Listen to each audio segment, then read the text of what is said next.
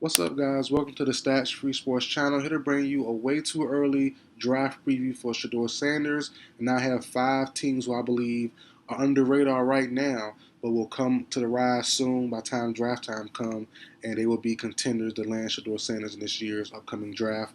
Let's get into it, guys. So I'm not going to go too much in detail about my thoughts on Shedeur Sanders. I did videos kind of recently on him. If you've seen him, if you haven't seen him, go check him out. If you have, you already know where I'm coming from. But it's 2 videos. One I did a few months back prior to college football and NFL starting, and there's a video basically stating entitled "Reasons Why Shedeur Sanders Will Not Be the QB1 of this year's class." Then I doubled back and doubled down a couple days ago, a video discussing Quinn Ewers and basically can he catch Carson Beck as QB1. But in that video, I state I believe Shedeur Sanders is firmly QB3 with no chance of moving up to QB2 or QB1. That's just my opinion. Like I said in that video, I don't think it'll change. I gave my reasons why. I'm not gonna go too much in detail in this video, but if you want to hear my full thoughts on why, check those two out, especially the one I did a couple days ago that's about Quinn Ewers. He is mentioned heavily, him and Beck, both Shedeur and Carson Beck are mentioned in that video. But let's get into some teams and also a little explanation on why I believe he might fall in the draft. And as I said in the past videos, I think he's the best player, or the best, excuse me, I think he's the best quarterback in this class by far, in my personal opinion. Clearly, we can't see it behind that sorry tail offensive line, sorry tail play scheme, so we won't see that. But given an offensive line and some development, because he's definitely learned the bad trait of holding on the ball too long. That's something he has to get rid of, and I think he will easily once he gets to the league and gets some NFL coaching and a real offensive line in front of him. But until then, he has that bad trait. So I think his play is just fine, but his situation with the bad offensive line and plus his personality, him throwing his teammates under the bus this year, him throwing his coaches under the bus in previous years, I think that's not a good look. Plus, the outward disdain for him and his dad and the whole stuff going on in Colorado, I think that plays a slight part in the league as well. So I think he falls in the draft. Maybe not second round. This quarterback class is kind of weird, kind of funky, but probably mid first, somewhere in the late teens, 20s, maybe even late 30. Oh, excuse me, early 30s, 31, 31, 30, 31, 32, somewhere in that range. But let's get on to the 5 teams, guys. You see the graphic. I'm gonna go in detail on all 5 teams, and there's no particular order, but these 5 teams I look at are underrated fits for Shedeur Sanders, and I think those names, those teams will rise to the top of some of his favorite landing spots once draft time comes and months to pass. So let's get into it, guys. As I said, no order, but I had the Seahawks one on my list. The Seahawks, and you'll notice a theme with most of these teams. They have a new head coach that's in their first year. They took on a veteran quarterback or a quarterback that's not of their own regime. So if they don't pan out or the team isn't playing well under this veteran quarterback, then they'll look to move on to their own quarterback of their choice. So you see that theme throughout this whole entire thing for most of these teams. So start with the Seahawks. Obviously, their quarterback right now is Geno Smith. After this year, he has one more year left on his deal. If the Seahawks want to draft Shedeur and wait a year and play him in 2026, that's possible. But if they think Shedeur is good right away, which I think is definitely possible as well, you have an out, and not an out, but you have some dead money you will take from cutting Geno Smith or trying to trade him. You'll have $13 million in dead cap for the Seahawks, but you will save $25 million. So I think that's something the Seahawks could be doing. I know Sam Howell is there. I don't know if Sam Howell could be the bridge quarterback to start in front of Shedeur for 1 year, but I don't think Geno Smith returns after this year. But see, the Seahawks have a pretty good team in front of them. If they were to draft a guy like Shedeur Sanders, or even Quinn Ewers as well, they have JSN, they have DK Metcalf, they have 2 top wide receivers. They have 2 running backs who I love a lot, and Kenneth Walker and Zach Charbonnet. So that's two good running backs, 2 good receivers. Then you have a young offensive line that's working, that's trying to mold themselves into being a good offensive line. They're good. They're still a work in progress, but I think they can get better as time goes on, as years goes on. As I said, a new head coach, a new defensive head coach, and McDonald from the Ravens last year. He has a good defense, a young good defense, two young good corners, and what's the guy named Witherspoon from Illinois a couple years ago, and then Wooten from a couple years ago, for 3 years ago. You have those two guys. You have a good front seven, especially with the new kid Byron Murphy from Texas last year, and you have a bunch of other guys in the mix as well. So they have a good team overall. So I think the Seahawks will be a great spot for Shedeur Sanders, somewhere, like I said, in that teen 20 range. Makes a lot of sense. Next up, the Cleveland Browns. This one to me is the most tricky one. Obviously, the most hardest one to do. Deshaun Watson. He's the biggest piece here. He's not. There's no out in his contract until 2026, 2027. That's a lot of money to cut Deshaun Watson just to have a lot of dead cap. So I don't know if this can happen. It would have to be some finagling going on with that financial book. He got to get suspended maybe for some off the field stuff that can happen, but I don't know if they'll still be under the books for him. I'm not sure how that might work, but they need for the Browns to get off Deshaun Watson with paying no money. They have to somehow get a lifetime ban for Deshaun. But he's trying. His off the field antics from a couple years ago is coming back to bite him down. So it's possible. But looking on to the weapons they have Jerry Jeudy.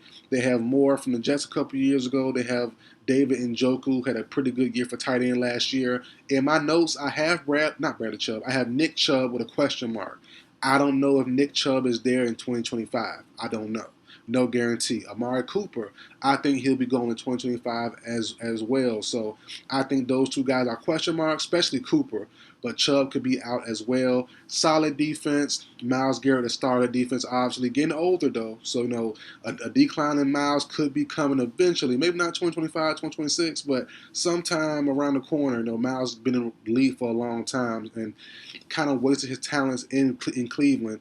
Haven't really brought a winner to Cleveland in a good little while. They tried to.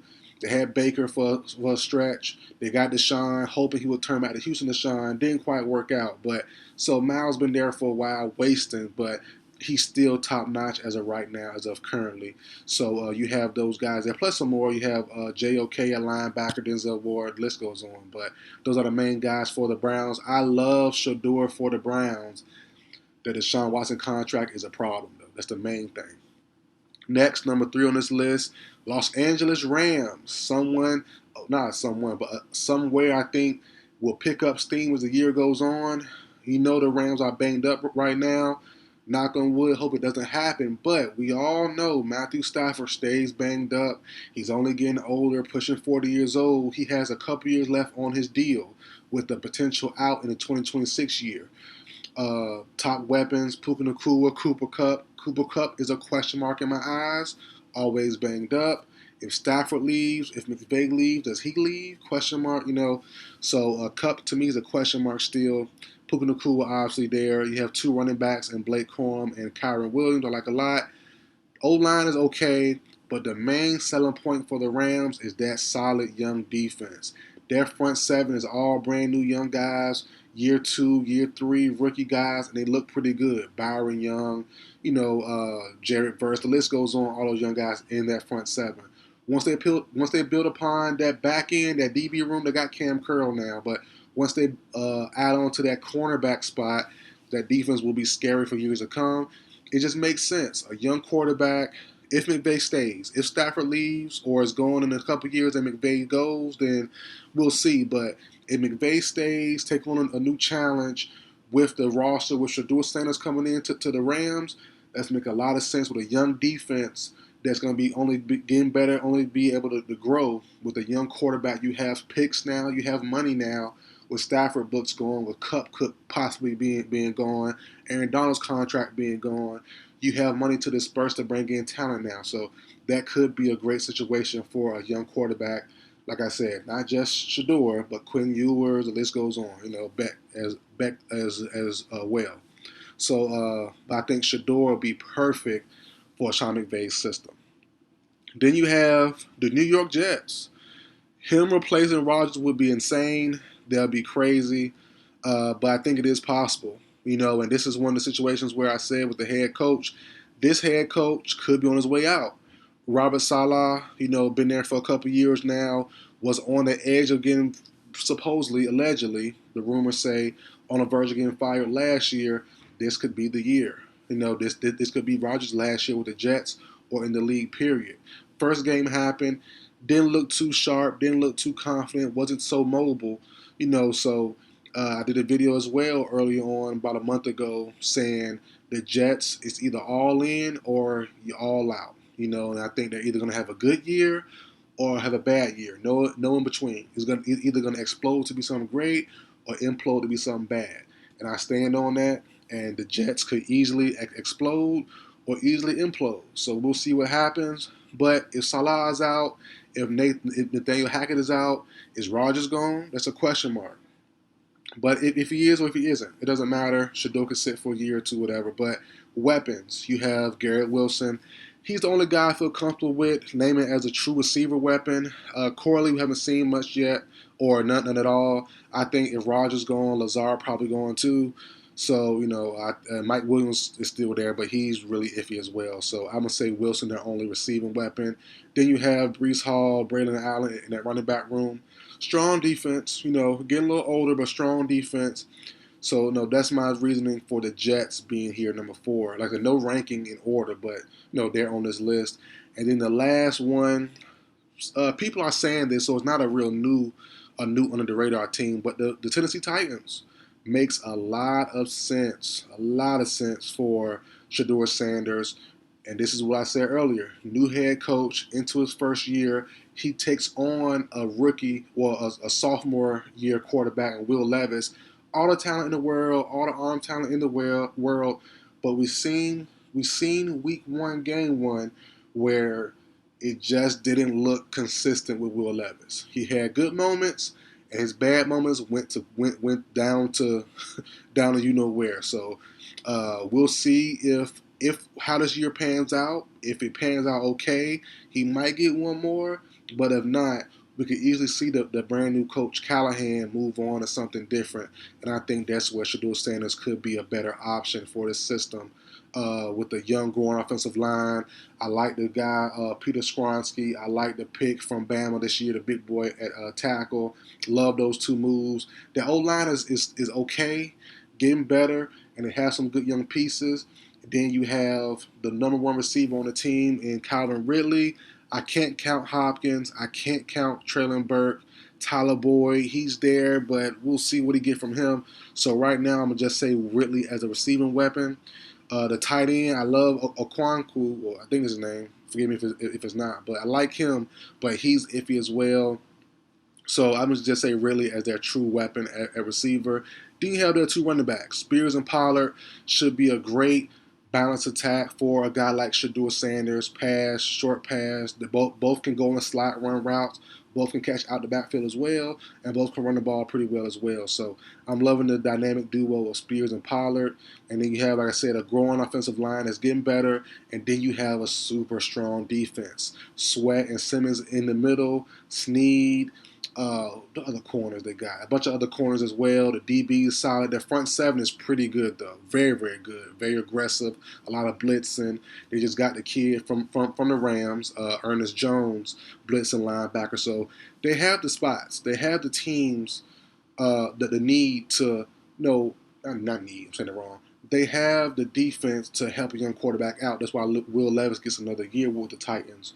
But can he get one more if he struggles this year? That's the real question. So as of right now, if Shedeur Sanders does fall into the late teens, to early 30s, I think these 5 teams have a shot at getting Shedeur Sanders. And that's be a trade up from the second round, trade back, whatever. But you have the Seahawks, the Browns, the Rams, the Jets, and the Titans. Those are the 5 teams who I believe are underrated and are definitely going to be in the running for a young quarterback to take over in 2025. But that's it for the video, guys. Like, share, comment, subscribe. I'll see you guys next time.